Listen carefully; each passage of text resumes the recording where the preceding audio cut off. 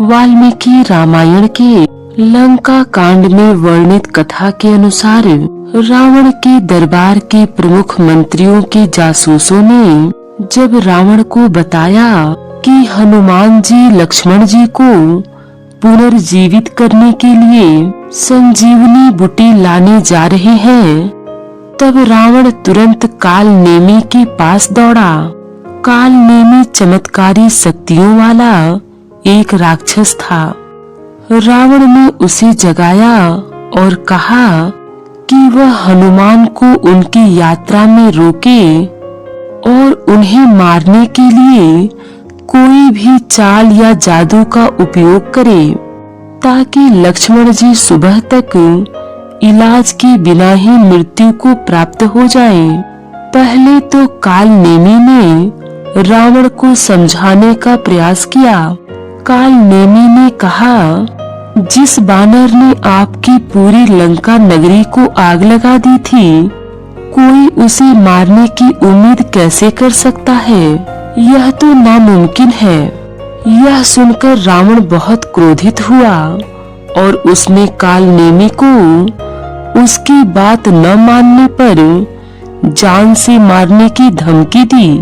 लेकिन दूसरी ओर यदि उसने हनुमान जी को संजीवनी बूटी लाने से रोक दिया तो उसे इनाम के रूप में आधी लंका मिलेगी। तब काल नेमी ने मन ही मन सोचा कि रावण के हाथों मरने से अच्छा है कि मैं हनुमान के हाथों मरूं। काल नेमी हनुमान जी को रोकने के लिए प्रस्थान कर गया। हनुमान जी के रास्ते में एक पहाड़ पर काल नेमी ने जादुई रूप से फलों के भरे बगीचे और फूलों के पेड़ों के साथ एक आश्रम बनाया। काल नेमी वहाँ एक ब्राह्मण के भेष में ध्यान में बैठा था और जब उसने देखा कि हनुमान जी आ रहे हैं तो वह प्रभु श्री राम की स्तुति करने लगा। यह सोचकर कि वह प्रभु राम का भक्त है, हनुमान जी रास्ते में रुक गए। तब काल नेमी ने कहा, मैं अपनी योग शक्ति से जानता हूँ कि आप श्री राम के दूत हैं। आप अपने उद्यम में अवश्य सफल होंगे, लेकिन आप थक गए होंगे, इसलिए तालाब में स्नान कर तरोताजा होकर मेरे पास आइए। मैं आपको एक अद्भुत मंत्र सिखाऊंगा।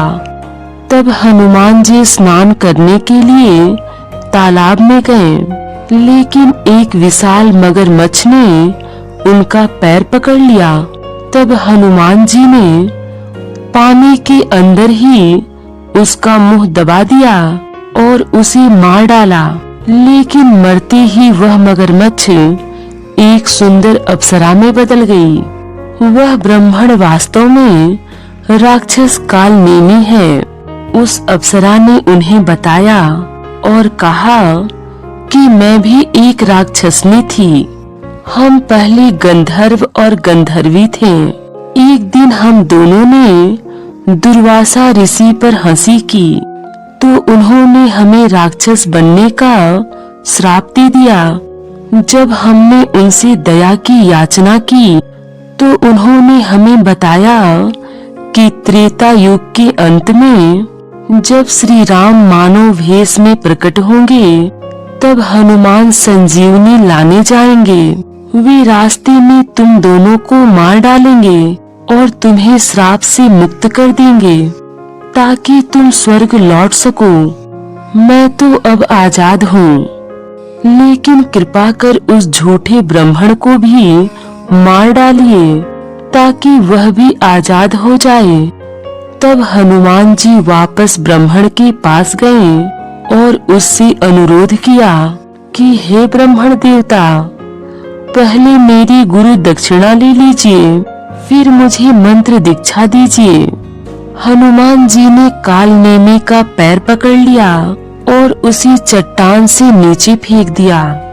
जय श्री राम के ऊंचे उद्घोष के साथ काल नेमी की मृत्यु हो गई। और उसने अपना गंधर्व रूप पुनः प्राप्त कर लिया। वह दोनों दिव्य युगल स्वर्ग चले गए और हनुमान जी अपने रास्ते पर चलते रहे।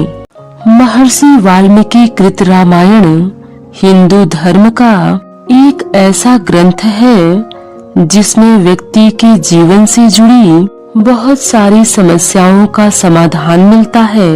अगर देखा जाए तो रामायण का हर एक पात्र हमें कोई न कोई सीख देता है, जो कि आज के समय में हर व्यक्ति के काम आ सकती है। रामायण काल में हनुमान जी ने जो भी काम किए, हर काम के पीछे एक शिक्षा छुपी हुई है। हनुमान जी से हर व्यक्ति को सीखना चाहिए कि कोई महत्वपूर्ण कार्य या अभियान पूरा करना हो तो पहले अपने पक्ष में वातावरण बनाना चाहिए। जैसे रामायण में हनुमान जी ने जब लंका जलाने से पहले भरी सभा में रावण को बहुत अच्छे से समझाया, तो हनुमान जी बहुत अच्छे वक्ता के रूप में जाने गए। वैसे रावण भी कम विद्वान नहीं था, लेकिन हनुमान जी ने अपनी कला से पूरी सभा को प्रभावित किया था। अपनी बात संक्षेप में वह भी पूरी विनम्रता के साथ संदेश के भाव से कह देने में हनुमान जी बेजोड़ थे और उन्होंने अपनी बात कह दी। हनुमान जी ने जो कहा और किया उसका असर संपूर्ण राक्षस कुल पर पड़ा। लंका कांड में जब लक्ष्मण जी मूर्छित हुए और हनुमान जी औषधि लेने चले तो किसी ने रावण को सूचना दी। तब रावण काल नेमी नामक राक्षस के पास गया कि किसी प्रकार हनुमान का मार्ग रोका जाए। रावण और काल नेमी में जो बात हुई उस पर गोस्वामी तुलसीदास जी लिखते हैं, 10 मुख कहा मरहूं तेहि सोना, पुनि पुनि काल नेमि सिर धूना, देखत तुम्हि नगरु जेहि जारा, तासु पंथ को रोकन पारा। जब रावण ने सारा हाल काल नेमी को बताया तो उसने सिर पीटते हुए कहा कि हे रावण, तुम्हारे देखते देखते जिसने पूरा नगर जला डाला उसका मार्ग कौन रोक सकता है। यह हनुमान जी की ख्याति थी जो एक राक्षस बयां कर रहा था। हनुमान जी से सीखना चाहिए कि व्यक्ति को ऐसे काम करने चाहिए जिससे कि लोग आपकी प्रशंसा करने से जरा भी न कतराएं, फिर वो चाहे आपके दुश्मन ही क्यों न हो। वाल्मीकि रामायण में वर्णित कथा के अनुसार काल नेमी मायावी राक्षस था जो रावण के दरबार में मुख्य मंत्रियों में से एक था।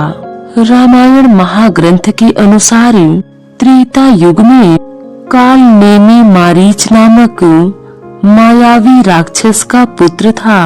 मारीच को अगस्त मुनि से श्राप मिला था कि वह भयानक दुष्ट राक्षस में रूपांतरित हो जाए। तत्पश्चात मारीच मायावी राक्षस को माता सीता के हरण में रावण की सहायता करने पर प्रभु श्री राम के द्वारा मुक्ति प्राप्त हुई। पौराणिक ग्रंथों में काल नेमी राक्षस के संपूर्ण जीवन का विस्तार से चित्रण इस प्रकार किया गया है कि काल नेमी अपने शुरुआती जन्म में ऋषि मरीचि के पुत्र थे, जिनको अपने कुकर्मों के कारण राक्षस एवं दुष्ट जीवात्मा की योनि में बार बार मृत्यु लोक में जन्म लेते हुए प्रत्येक बार भगवान श्री हरि विष्णु के अवतारों के द्वारा मृत्यु प्राप्त हुई। पौराणिक ग्रंथों के अनुसार काल नेमी राक्षस सर्वप्रथम समुद्र मंथन के पश्चात एक क्रूर राक्षस के रूप में प्रकट हुआ था, जिसने अपनी शक्ति से इंद्रलोक को अपने अधीन कर लिया था। तत्पश्चात इंद्रदेव तथा अन्य देवताओं की प्रार्थना करने पर भगवान विष्णु ने उस महाशक्तिशाली राक्षस का अंत किया था। इसके बाद फिर काल नेमि ने हिरण्याक्ष के यहाँ जन्म लिया और अपने भाई अंधकासुर की आज्ञानुसार भगवान विष्णु के विरुद्ध युद्ध करते हुए मारा गया था। त्रेता युग में पुनः काल नेमि ने मारीच के पुत्र काल नेमि के रूप में जन्म लिया। मारीच को ऋषि अगस्त से श्राप मिला था कि वह भयानक दुष्ट मायावी राक्षस में परिवर्तित हो जाए। काल नेमि और मारीच दोनों रावण के मंत्रियों में से एक थे। तत्पश्चात रावण के आज्ञानुसार कार्य करते हुए पिता मारीच को माता सीता के हरण में रावण की सहायता करते हुए प्रभु श्री राम के हाथों मुक्ति प्राप्त हुई।